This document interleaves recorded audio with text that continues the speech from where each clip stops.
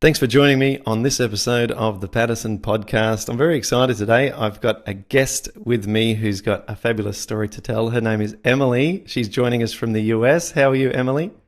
I'm good. How are you? I'm fabulous. I'm excited because a lot of the time when I interview folks for some of these episodes, I've worked with them closely in our forum or in other manners. And in this instance, you and I haven't really shared too much information since you have adopted our program. And so a lot of this is going to be brand new to me, and I'm going to learn your story for the first time, and I'm thrilled. Yeah, I'm excited you're my hero right now. So this is an honor for me to be able to talk to you. Oh, thank you, Emily. And I think you're going to inspire a lot of people because we just spent a couple of minutes before we started recording this, so that I could come up to speed with, just I guess the fundamentals of where you've started and where you've got to now. So there's going to be a lot of people very interested because you're fairly new to rheumatoid arthritis. You were only diagnosed, you said, you said you were experiencing some joint pains only about 12 months ago. So why don't we start, if you could tell us how that began. Where did it start in your body and what was that like? It started in my feet. I used to walk to work. It took me like an hour to walk to work. So I thought maybe I didn't have supportive shoes on, and I went to the emergency room one day because I just couldn't walk. Like the mobility wasn't there. And they took x-rays and said I probably just had shin splints and sent me on my way. And from there, it just traveled up to my left knee, and it was so hot to the touch. And from there, it pretty much just took over my entire body. It's There interesting. have been good days and bad days, but I'd say about towards December, it completely took over everything. Okay, so let's say that it was August 2015 that you started to get these pains in your feet. So you're saying that around about 4 or 5 months' time, it was all throughout your body. So mine started in the feet as well. It's fairly common to start in the feet or fingers. They're the places that most people start to get the problems in those little fingers. The little joints of the metatarsals of the feet and in the fingers. So that's pretty sort of classic.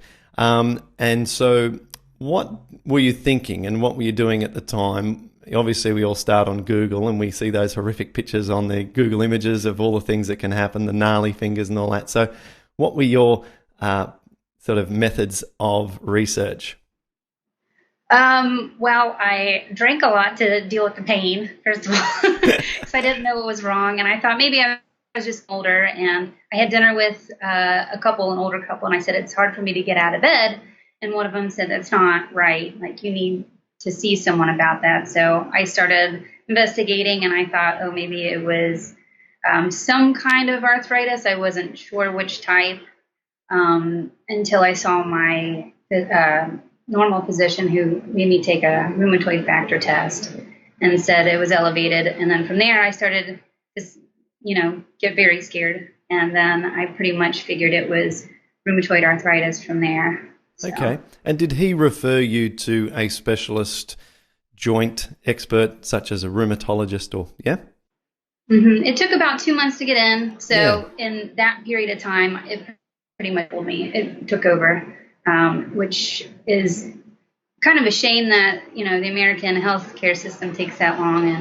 And there are days I went to work every day. I'd lay in the bathroom on the floor, like crying. I almost passed out a few times. And, you have really bad thoughts. And so I started in that time before I went to see him. My mom's boyfriend has RA. So he said, remove preservatives out of your body. So this was before I got diagnosed. So I kind of had someone leaning me kind of which way to go. So it was overwhelming because I didn't know what I had. And then I don't even know where to begin if I did have it, which diet to go through, because there's paleo in the Mediterranean, all of that stuff. So it was all overwhelming all at once. Okay. So your mother's boyfriend recommended that you get off preservatives and stuff like that. So what did your diet look like when you first started to get symptoms, and how did it change after getting that advice from him? Well, I thought I ate healthy, but then, until you get on plant-based diet, you really eat unhealthy. So I was mostly vegetarian, but I'd eat a lot of processed food. I love bread and gluten, and I didn't really drink pop or anything like that, but I loved pasta and cheese. And then I started reading online how paleo was really good for a lot of people. So I tried that, and I didn't know which way to go. I hadn't found you yet. So I tried that. And my boyfriend and I call it the pizza incident, because I felt okay for about 8 days. It was tolerable. I was still in pain, but it was tolerable. We ate a pizza together. And the next day, the bone in my left foot eroded. So I knew that I needed to do something else. And around that time is when I saw my rheumatologist and got diagnosed. Right. Okay. So the meeting with the rheumatologist, you're at this point experimenting with your diet. You knew that something wasn't right when you had your pizza incident. And so you obviously walked in there with a bit of trepidation. It's quite intimidating the first time. In fact, every time you go to the rheumatologist, it's hard not to walk out happy. It's not their fault. It's just that they paint a bleak picture about the future and the drugs that you're probably going to take and how severe it all is. And it's just such a heavy and somber kind of meeting every time. So you've walked in, and how did that go? What was the conversation like? I barely walked in. I couldn't even lift my shoulders up at that point. Wow. And he basically, did the test where he assessed everything and said, good news, bad news. Bad news is you have RA. Good news is I can treat it. And it was pretty cold. And I already looked at methotrexate, so I knew that I didn't want it and heard horror stories about it. And he put me on the prednisone right away. And I told him I needed the weekend to think about the methotrexate. Did he give you a prescription for it? No, he didn't. He said, give me a call on Monday. Yeah. Okay. So if you were able to contact his office, and he would have written you a prescription and posted it to you. Right. Okay, that's quite good. Now, just as an aside as well, you made the comment about the US medical system and taking a couple of months to see the rheumatologist, just so that you know that that's actually quite standard around the world. Oh, is it? Yeah. Oh. It's I'd say 2 months is about the average around the world. 2 months I was scheduled at over 2 months when I first was, referred to a rheumatologist, but then the GP, or the general practitioner, he was so concerned about the severity of my condition, because like at that point I was barely walking and stuff, and this was only a short while after getting diagnosed, because it went pretty quickly. And so he pushed and made some additional phone calls and got me in only after about 3 weeks or something, because I think he asked for them to call him if there was an opening or something. He did something nice and went a little bit further than the average doc. But yeah, 2 months around the world, that's kind of typical. So, okay. It's scary too. It's scary. It's scary. For the amount of pain you're in. That's right. The kind of one person that everyone's telling you that is going to influence your future the most is unavailable for nearly a quarter of the year. Yeah, and your body's crippling itself. I know. Just go over there and cripple for a couple of months. Yeah, you'll be fine. Yeah, exactly. We have wheelchairs, we can push you there if you need to be pushed in. Yeah. Okay, so you thought about it for the weekend, and what did you decide? I talked to my mom because of her boyfriend, and he suggested I get a holistic doctor. So I have notes because I went through it so quickly. Let's see. So February 18th, I was diagnosed. February 24th, I saw the holistic doctor for the first time, and I kept ignoring my doctor's phone calls. I didn't pick up, and I saw her, and she basically said, there's ways you can treat this naturally. Some people have to go on medication, but there's ways if you change your diet. So I was pretty much wanting to get in to see someone as soon as possible to avoid talking to my doctor. And so that was the 24th. And then I think the 28th, I was looking online for rheumatoid arthritis and diet because she suggested it. and I found a speech from Dr. McDougall, and then down in the right-hand corner was your TED Talks. And it immediately made me feel like so much calmer. And I wanted to tell someone, but no one cared. And I'm like, oh my gosh, I can help myself. And, it is overwhelming. Brains and, people fight about your diet a lot, and what's good for you isn't good for someone else. And where do you begin as a person? So basically a week after I was diagnosed, I found you, and I was impressed and started crying a little bit. And yeah. Yeah. Okay, great. All right. So you got started then on that, and you were meanwhile ignoring the calls from the doctor, and you're also working with your holistic doctor. So talk me through the next few weeks. I had to see her in 2 weeks, so I started plant-based on February 29th, the day after I found you. I downloaded your program, and I went. She was supposed to get a program for me together. So when I went back to see her, she said, I think you should go plant-based. And I said, I already have been for about a week. And she put me on a high dose of probiotics, 50,000. 50 billion. 50 billion. Yep. Thank you. Yep. Sorry, yeah. And fish oil and vitamin D, like a big dosage of vitamin D, and suggested doing castor oil packets. Which one? Castor oil packets?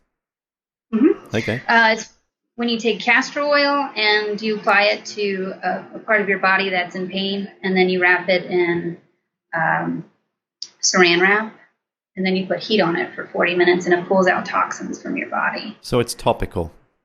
You put it on your body. Yep. Okay. So that really helps. Sometimes if I feel a little joint pain, I'll just, sit around with castor oil on my knee, and it feels a lot better.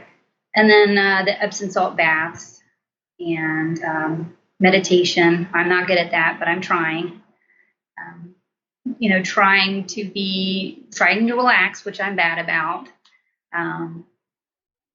and getting lots of exercise. So I know you've mentioned hot yoga, which is really expensive in Cincinnati. So I do kickboxing. It's really helped me. Right, okay. That surprised me. I wasn't expecting kickboxing. Okay, like most people with rheumatoid, they're like, I think I can try Tai Chi. And you're like, yeah, I'm just kicking down walls. So that's really cool. Now, I'm loving your holistic doctor. I give her a 9 out of 10. I would only slap her on the wrist for the fish oils, but everything else sounds really, really good. We know that Epsom salt baths, if you soak your feet in that, gives you a nice relief, and the meditation's great, relaxation. This is because we know from scientific studies that stress affects dramatically the quantity of healthy bacteria. And the exercise, big tick, tick, tick. I consider exercise 40% of the Paddison Program, right? People think it's a diet. It's not. That's part of it, but exercise is just so critical. And so that's great. So, and you've taken on that with the kickboxing. Now, with the kickboxing, and I'm getting a little bit off the chronological order of our chat, but with your kickboxing, do you really build up a sweat, or is it more just you kind of just like weightlifting? You don't really sweat. You just sort of use your muscles for short periods. But when you're doing it, do you really build up a sweat and get a high heart rate? Yeah, I do. I do pretty intense 30 minutes with weights in my hands, and sometimes I'll put weight on my ankles just to make sure that I have extra resistance. So I do sweat off a lot. Okay, that's fantastic. This is a message I really want to reinforce and just really, really drive down the listeners' ears, so to speak. When we exercise for pain reduction, we have to sweat. We have to build up a high heart rate. It just does nothing to go walking.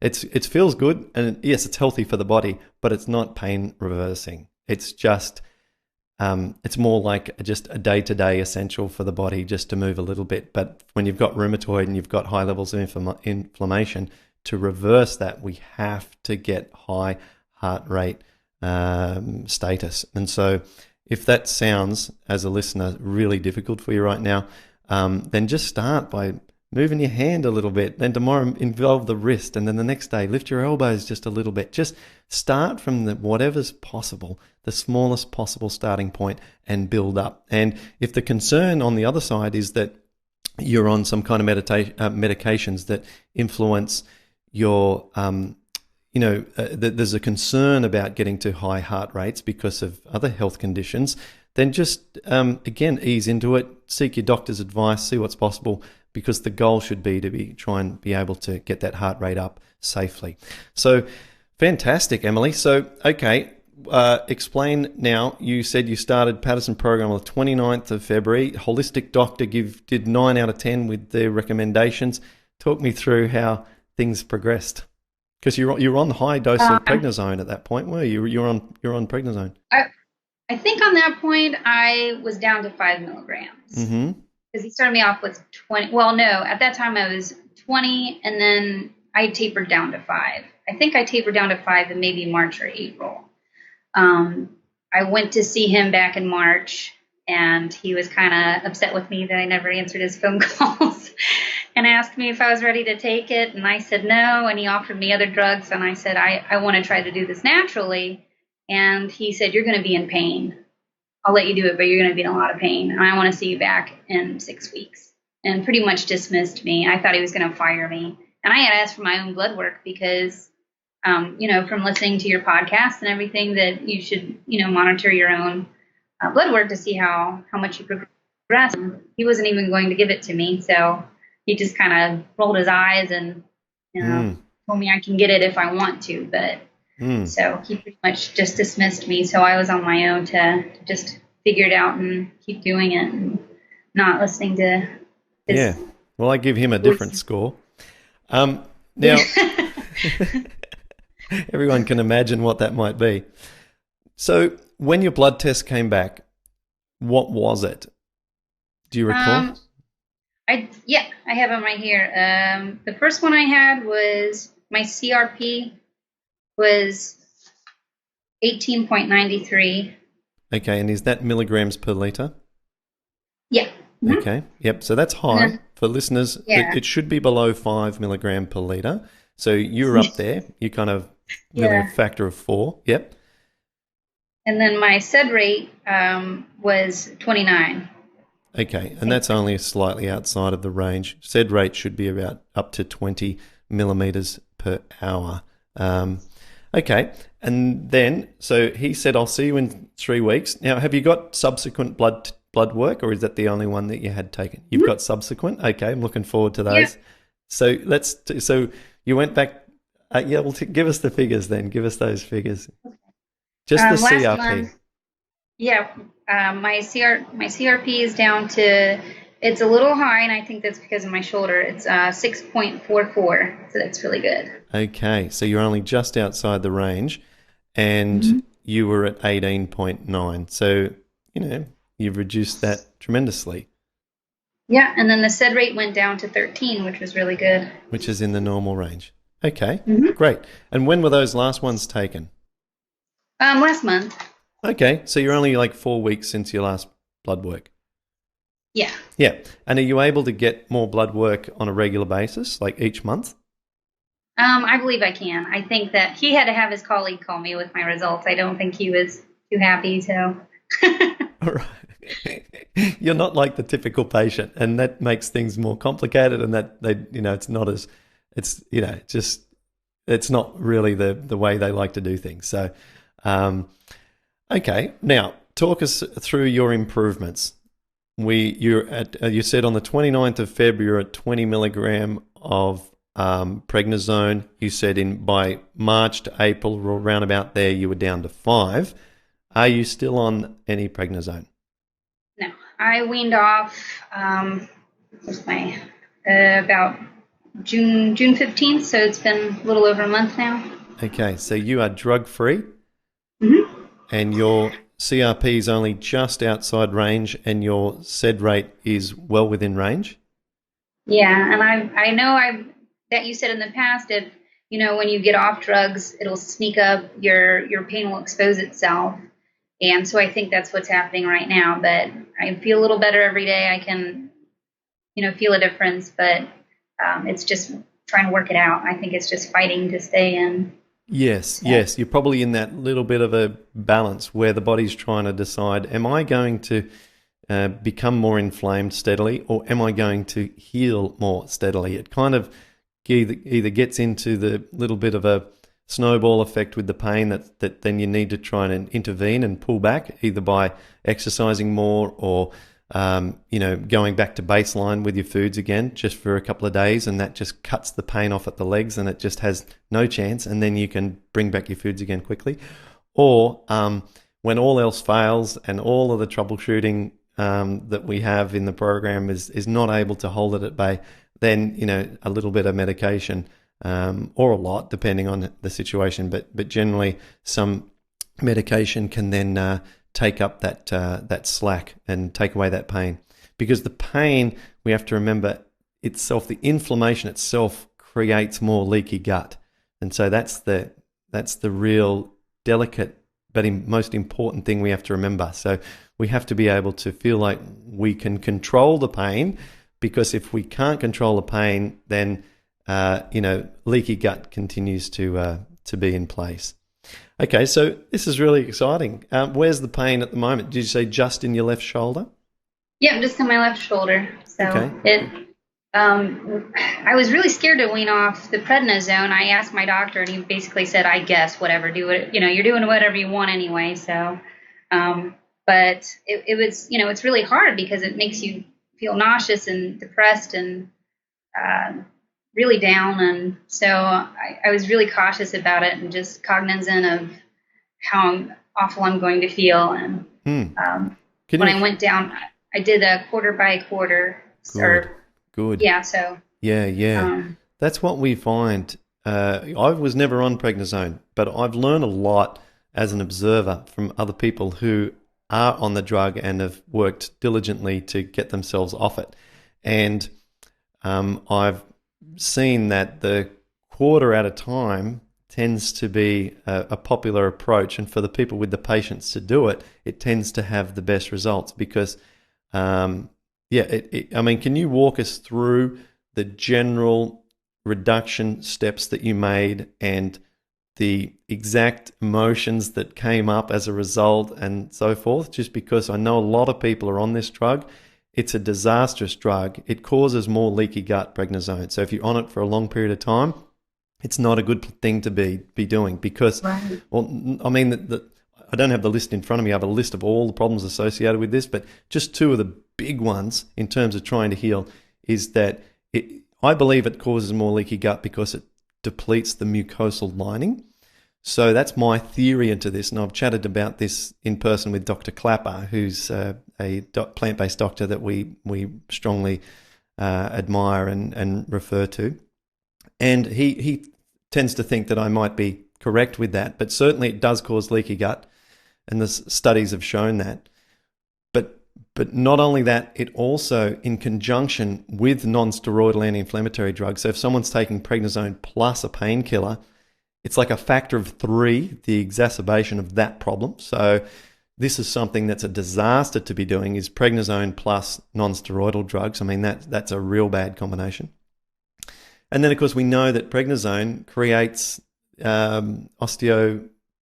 It causes the weakening of the bones, and being on it for a long period of time, you can end up in that new situation, which is a disaster as well. So, I mean, it's a horrific drug. It's the devil drug. So it is, and it is the devil because it makes you feel so good. Right. It's like it leads you into areas that are, dangerous because of that, doesn't it? Right. Yeah. So I've had my rant about prednisone. So let's talk about your strategy. Can you really explain the tapering process that you applied? Well, I knew the longer I stick with my diet and tried to exercise, I couldn't exercise. I used to do kickboxing all the time before I got sick, and then I just stopped exercising because I couldn't move.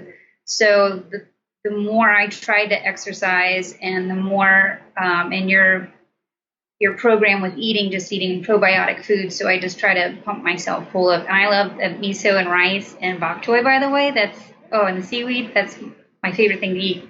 So I would do 4 to 6 weeks at a time. I would take away quarter and see how I felt. There was a few times where I felt the pain come. I could feel it inside of me, so I just would go back, like push it back a week or two. Like I'll try again next week. So I would cut it down by a quarter and then go 4 to 6 weeks. I'd mark it on the calendar and then just, keep eating more and keep exercising more and then kept cutting it down and down and down until when I went off of it, it was really scary. I woke up in the morning and I was just, you can't go to bed because you hurt so bad and you're scared to wake up because you don't know if you're going to move. So I went to bed like, oh my goodness, please let me move in the morning. And I was fine other than feeling, nauseous and depressed. But so that was my strategy, just patience and 4 to 6 weeks at a time. Okay. Yeah, very, very, very good. How long did it take after you got off it before you felt normal again? It was pretty much right away. Okay. The pain in my shoulder came back, but that's about it. No, I mean emotionally with regards to depressive states and stuff. Yeah. I'd say it was about 4 to 5 days. Okay. But my boyfriend was really good about cheering me up. He would just say, I don't want to hear it, and just would let me feel sorry for myself. So he's awesome, huh? Yeah, and you're right. It's a lonely drug, so you have to depend on yourself, and you can't feel sorry for yourself. So you have to put yourself in a happy state of mind. And yeah, oh, that's great. I think success often occurs more when we have someone who's really close to us that's super supportive. I couldn't have gotten through this without my wife, Melissa. She's just been my rock from day one. And as you said, there were some dark places that you go to in your mind you mentioned earlier. And boy, did I have a lot of those. There were times when I actually couldn't get off the ground in yoga. I was like and I had to incorporate my head to help like find some muscles and joints that would actually give me some ability to get off the ground. And so when you're lying on the ground trying to get up using your head, and then the rest of the class are in the next posture, it's you don't have a lot of self-esteem at that point. So and having someone to talk to about it who understands is just so important. So let's talk about your diet a bit more. A lot of our listeners are already on our program, but a lot don't. And so can you talk through the miso, rice and bok choy combo, and how often did you have that? I mean, how often were you having the miso in particular? I want to know, at least once a day. So you're having a probiotic meal at least once a day. I would either incorporate miso or sauerkraut into my diet somewhere along the line. It was those two that I kept going back to, or kimchi, but it's kind of expensive. So I was addicted to the miso and rice and soup. I would probably say I had it at least 4 or 5 times a week. Yeah. Okay. Well, I was even worse addicted than that. I mean, I used to, when I felt progress on things, I mean, I would stick with it like crazy person. I thought this is working for me, almost like don't come near me. I'm just I'm doing the same thing every meal, every day if I need to. I just saw things that worked and I wanted to repeat them. And it's so important once you find something that works.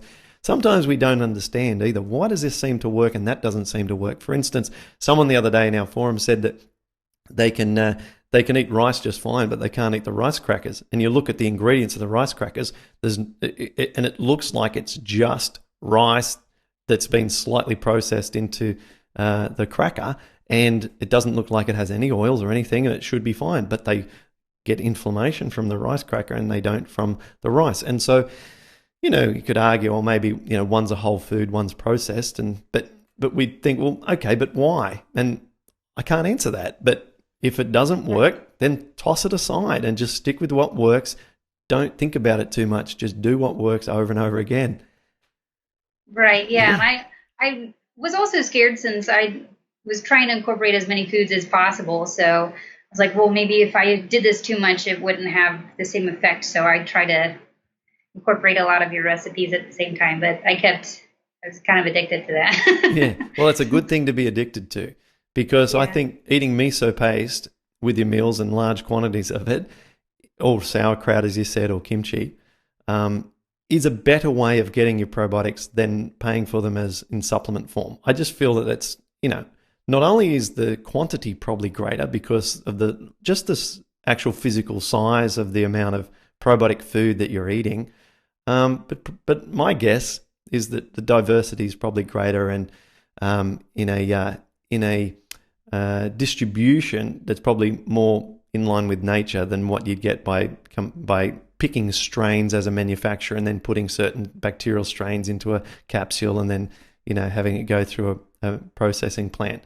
Now, I'm all for probiotics. I think they're wonderful, and I think everyone should take them. No doubt about it. I just think that if you had a choice, the miso paste is my tick. Right. Yeah. I still do take the probiotics every day too, the high dosage. Yeah, awesome. So. Yeah, high dosage. Yeah, fabulous. What's your diet look like now? How much have you moved on from sort of the baseline-y kind of foods? What does it look like on a, what sort of meals are you able to eat? I was trying to watch out for nightshades, but I'm doing fine with those.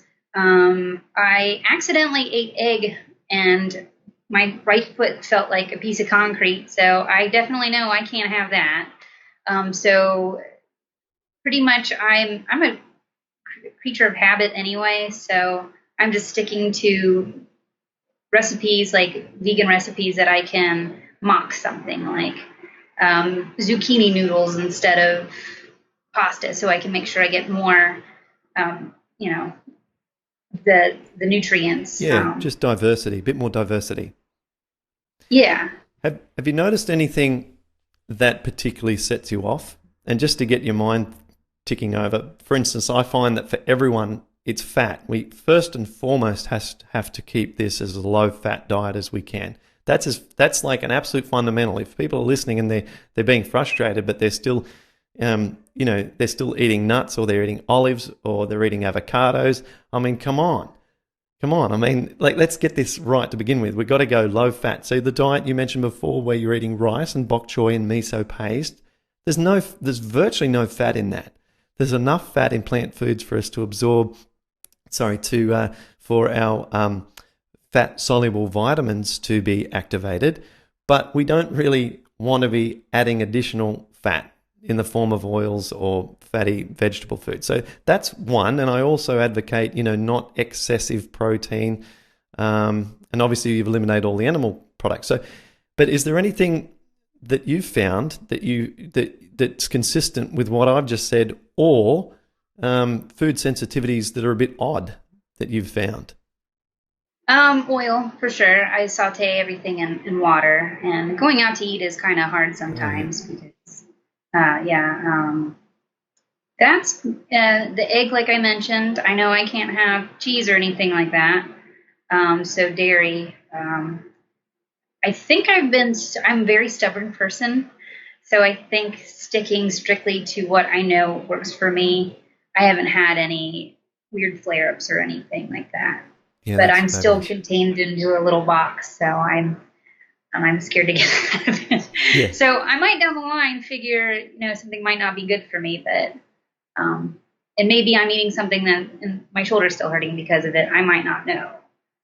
So maybe I do need to reset my diet and see how I feel from there. I think that's a good idea. So in the interests of doing everything strictly by the book, I would be aiming to try and get that CRP below 5, because at 6, it's obviously still good. And in fact, if you measured the C-reactive protein of the average person on the street and just walked around with a needle and stuck them all and got their blood and then took a measurement, I think you'd find that quite a high proportion of people who don't have rheumatoid arthritis are outside the 5 milligram per litre range. And so it's not like you're, particularly unusual to be outside that range, but to protect the shoulder long term and to avoid awkward discussions with the rheumatologist, you want to keep the blood results normal, because my rheumatologist, the CRP was the one thing that he wanted to base most of his decisions on. For people whose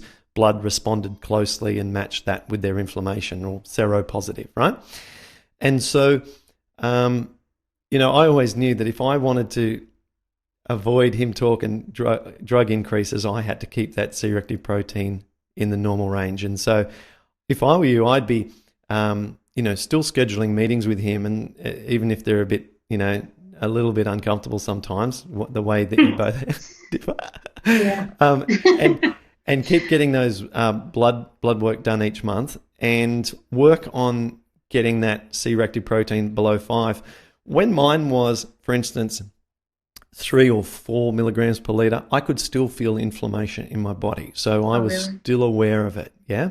It wasn't until it dropped below 1 that I felt like I was in the all clear and everything was perfect. And so, 1's obviously a low number, and 1's lower than most people on the street without the disease. But 1 was what... That's amazing. Yeah, but that's what I had to get to for me to feel that my joints weren't going to be slowly eroding over the forthcoming years. Yeah, and you can do that. You can do that. If you've gone from 18.9 down to 6.4 in only a couple of months, remember it took me a long time. We're talking a couple of years of very, very basic foods. You say that, you're in the box. Well, I was in that box for a very long time. But as long as the pain's really low and you're eating right and exercising right, you can still heal with low levels of pain. They don't need to be 0 levels of pain. They just got to be low. Well, that's good to hear. That makes me feel a lot better, because it's been driving me crazy. Like, I know I'm doing it right, and I know but it's just since the bone of my foot eroded, I'm scared that something might happen to my shoulder. But sure. But as long as the inflammation markers are low, I guess that's something that I can feel good about, I guess.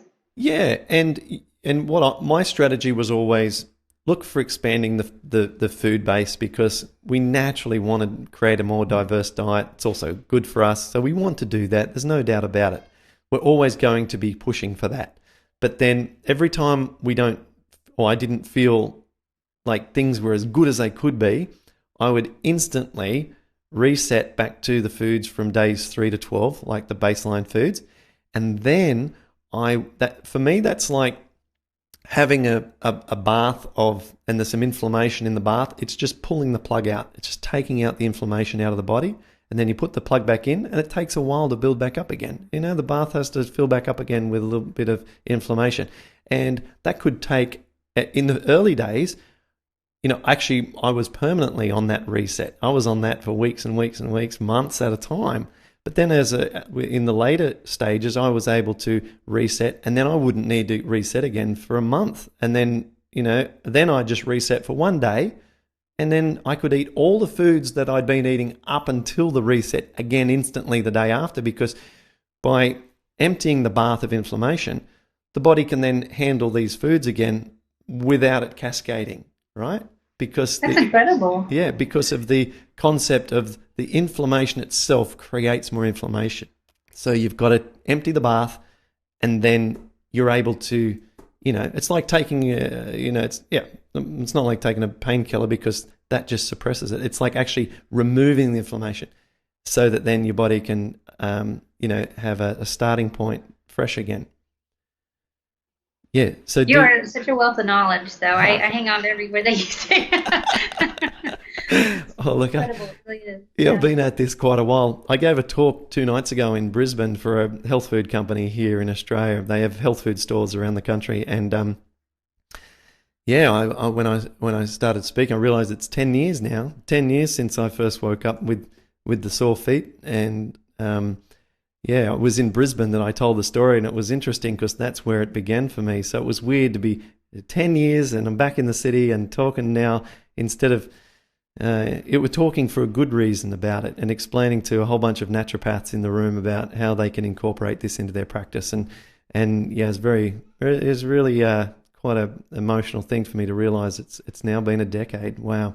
Yeah. It's truly crazy that my friends are like, I cannot believe that this is working for you. And, you have to explain a lot about leaky gut, and they just lost, and like, whatever, just, I'm glad it's working. Yeah, exactly. Yeah. So, any tips or suggestions that you might have for people who are listening who might not be getting the results that you are? Is there anything that you've found has been really beneficial for you that might not be as obvious to others? I honestly think I got lucky. I did a lot of research. You have to listen to your body. I think that's the biggest thing. Because that's a big thing with paleo is that no nuts or beans or anything like that, but you can have meat in your diet. And I know some people can tolerate that. My mom's boyfriend can tolerate meat, but so you just have to listen to your body, and you just have to keep working on it. And it's not a pill you can take and get better. You just have to keep doing it and keep trusting it.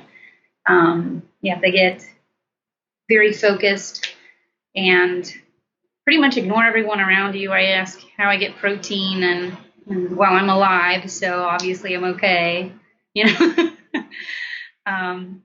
Don't take things personally. I get offered cake all the time at work, and I just say, my things, oh, you're watching your weight. Oh, yeah, sure, whatever. Just, Yeah. Just have to focus and do whatever you have to do to stay focused. And for me, it's just acting like I don't have it and that this is my mission, and, treating it like cigarettes or something, like I just can't have it. Sorry. Yeah, that's good. That's good. I say treat it like a project, not a problem. Because if we treat it like a project, we're good at that because we get employed to do that at work and we get trained how to do that. We learn processes and we learn how to set goals and so forth. So we can also disassociate from it emotionally if we treat it like a project, not a problem. And so, people used to ask me, how's your health going? I said, oh, it's just a project. It's like another thing I'm working on amongst other things. And I used to set goals for my C-reactive protein. I'd set goals with my exercise regimes. I wanted to be able to do this by that stage, whether it be, another 10 reps on this particular exercise for my elbow, or whether it be to be able to, one time I couldn't walk to the end of the street. And so I simply set a goal for myself to walk to the end of the street without having to stop and adjust my knee by pulling it up to my chest. So, and I just set goals, and it was just a project, a big one and a horrible one, but the emotion kicks in when we feel like we have this problem, don't we? So, yeah. Right, yeah. Yeah, exactly. And I think you're right, when you treat it like a problem too, then there's all these obstacles you have to overcome instead of, well, the cards have been dealt with, and what do I do to fix it? And then it becomes a project, and that makes your mental health better, I think, too. 100%. And that's such a big part of it, because we get all of the monkey brain kicks in and worries about this and that. And as you said, there's all these different people doing different things. And, obviously have a lot to say on the paleo topic, and a lot of ways to counter, people's arguments about that. And it's based on science too. I mean, I can't help myself but talk about it, because I don't want people to make the wrong mistakes and go down that path. And it's not because I have a vested interest in people having to do what I recommend. I mean, there's plenty of ways you can do a plant-based diet, and all the information that we talk about today and in all the other episodes, it's all free if people just want to go and do this without having to involve me in any way. But the problem with the paleo diet is that you fundamentally can't get away from the fat content. Meat is extremely high in fat. It doesn't matter if it's lean chicken with no skin and there's no fat hanging off it, because the fat's inside the muscles. So it's a 30% by calorie percentage fat intake when you eat lean chicken. And so by eating the fat, you're exacerbating the condition. And so I'm so pleased that you were led initially in the right direction by your mum's boyfriend, who gave you some good information about changing your diet. But, I'd love to see how he went if he switched across to plant-based. I think that he might be able to find a whole new level of improvement, and maybe with time you can be an example for him. Yeah, we actually had dinner for my mom's birthday a couple weeks ago, and he eats whatever he wants and just deals with the pain. So he had no idea what I was doing. So, it was kind of fun to talk to someone older who's just like, I'm in my 60s. I don't care anymore. It's like, well, you have to be able to move. Don't you want to move? So That's Yeah, funny. he had no idea what I was doing with my diet, so it was fun to talk to him about that. Yeah, that's really Yeah, cool. but I think when I was on paleo, it was just because it was the pressure of, society and being around my friends and being able to go out to eat and eat what they ate. And you just have to say no to that and do your own path, because at the end of the day, you're the only person, you have to answer to or look at. So, and it's hard to do that sometimes. It is. So, There's no doubt yeah. about it. Social pressures are incredible, and we are adverse to conflict. And if someone starts challenging you and saying, but this and that, and we're meant to eat this and we're meant to eat that, and there's people listening and they want, you have to respond in a group of your friends or something, it can be, it can be a situation that's so uncomfortable that we'll actually eat foods that are bad for us to avoid having those conversations.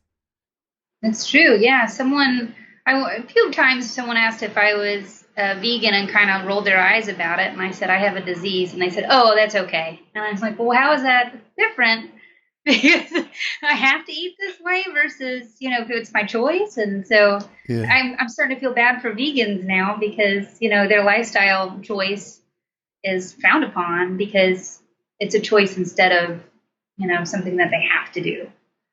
Yes, but it is changing, and it is changing in a massive way. It is. Let me talk about this event that I was just at again in Brisbane the other night, and then we'll wrap it up. This event the other night, the other presenter was also vegan,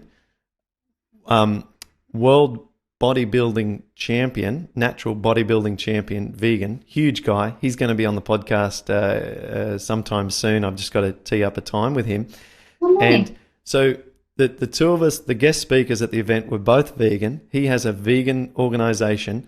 His products, vegan products, are now the only products at Gold's Gym at Bondi Beach in Sydney. So Gold's Gym have adopted his products as their only product at that iconic beach. Very cool. It's growing like crazy. He's got Instagram fans around the world who are promoting his product, even though they're sponsored by other brands, you know what I mean? Because he's getting the best results. So he's powerlifting champion. I mean, the guy's amazing, a vegan advocate. And then the speaker after us, who has all of these probiotic supplements, and I'm hoping to get him on to talk about probiotics in great depth, is shifting his whole business towards more of a vegan-friendly supplements. All of his capsules are all veggie caps. The whole thing. I mean, I was amazed, and I said to Melissa when I got home, I said, honey, it felt like we're at some kind of vegan event, and this was just an industry event of which I was a guest speaker and the other guys, as I said, and we're all just talking about this whole vegan movement. It's quite amazing. There's a real change to what I'd seen in the past. Yeah, yeah. I was telling my dad I'm fortunate to have gotten this disease now versus 10 years ago when there's so many options and tools and you and Dr. McDougall and, it's easier to go to the store. And so I feel fortunate that way. Yeah. Oh, yeah. We're all very lucky, aren't we? It would have been terrible like 20 or 30 years ago. I don't know if I could have done what I did back then. I may not have made the discoveries or made the connections because I wouldn't have had miso paste available. The seaweeds I wouldn't have had available. The supplements I wouldn't have had available. The internet wasn't even available. So I would have been screwed. Yeah. So let's be very grateful for that. It's a very good point. Well, Emily, thank you so much for coming on, and it's been lovely chatting with you, and you look like you're glowing and you're healthy. You've got such a great smile and sort of aura about you. So I'm wishing you all the best in the path from this point on. And if you need me, just reach out and ask me for help at any time. Oh, definitely. It was great talking to you, and I still want to send you a painting, so you'll have to give me your address so I can do a goofy, fun cartoon painting of you and your wife. That would be awesome. I'll tell you what, I'll put it right behind me so in future podcasts we can have a picture behind. That'd be really cool.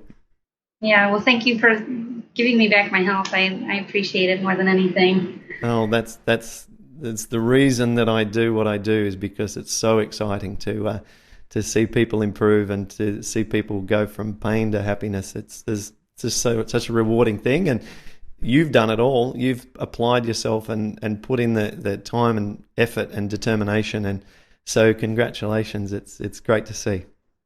Oh, thank you. Thanks.